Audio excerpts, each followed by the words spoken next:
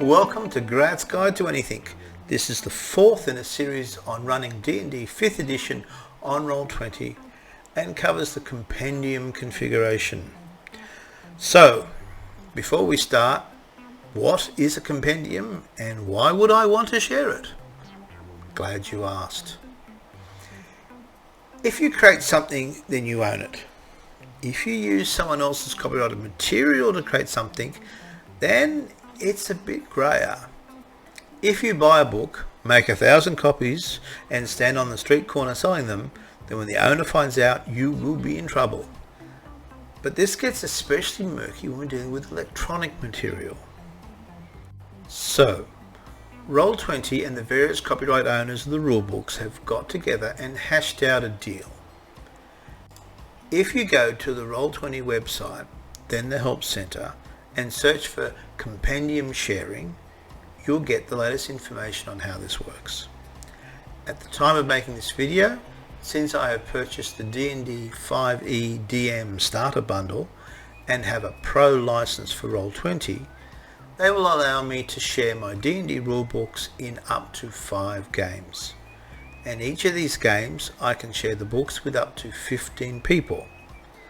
This is dependent upon what level of account you have in Roll20. So again, why would I want to? By sharing the rulebooks, I enable my players to be able to use various lookups in the game. So when they click on a spell description in their character sheet, they can read the description without having the book. So, first note, owning the physical book in no way allows you to use an electronic one on Roll20. To access it through the compendium, you must purchase it from the Roll20 marketplace. Either the account owner buys them and then elects to share the compendium with the players in a game, or each player buys their own electronic version. Players cannot share books. Second note, the owner of the book or books purchased on the Roll20 site is the person who can create the game and share their books. If the GM is running a game that lives inside someone else's account, they will not be able to share their purchases. Only the purchases of the account owner can be shared by a game in their account. Third note, there is a cut down version of D&D that you can play royalty free, but you are limited to the material in this cut down version. That's called either the Essentials Kit or D&D 5th edition OGL. Fourth note, we're giving these notes a bit of a run, aren't we? You don't have to have an electric version of the rules to play. If you are fine keeping the details that you need to hand like you would in a face-to-face game, then you or some of you can. Therefore, you can happily run a campaign where the DM does not share their compendium and the players do or do not have an electronic license. Those that do can enjoy the inbuilt linking from any licenses they own, and those that do not can type in what's going on. So, back to the question, why should I share my compendium? To allow your players access to the licensed material. Note that you are allowed only a certain number of games, depending on your Roll20 subscription level, that you can share your compendium with, and a max number of players per game, again depending on your subscription level.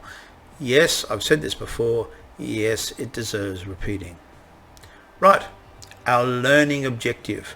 By the end of this video, you'll be able to set up compendium sharing on Roll20.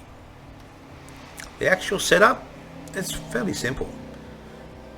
From the Roll20 website, I select Games, then My Games, then I select the game that I want to configure, Grat's test game, again clicking on the name, not on launch. Then that takes me to Grat's test game configuration screen. I click on settings, then select compendium settings. So I changed that first setting, share my compendium with players, to yes. Now you should do one other thing. Assuming that you are at least sharing the player's handbook, you should remove the tick from the cut down version, the Essentials Kit. The reason is that the Essentials Kit has many of the common classes and races, but with less selections for sub-races and other customizations. If you have both ticked, your players will be faced with two options for, say, Dwarf. If they pick the Dwarf (ESS) close bracket instead of Dwarf (PHB) close bracket, the options they have will be limited. It's simply better not to confuse them by removing the Essentials Kit from the list of shared books. Same as if you've purchased an expansion book, say for example Rim of the Frost Maiden, but aren't comfortable in using the spells, character classes, etc. in your campaign yet, just change that one to not available as well. Once you've finished selecting which books will or will not be available, click on Save Compendium Settings. Scroll to the bottom of the window and then click on Save Changes. Note that when you leave the screen it may ask you to reload again. Done. Fifth note. The limit on the number of games that you can share your compendium with is based on that yes, not the individual books. So if you share 5 different books, one in each of 5 separate games, you still have used up 5 slots. Thanks for joining me in this episode of Grat's Guide to Anything. That brings this video to an end. Join us the next video where we'll cover default sheet settings. I always have trouble saying that for some reason.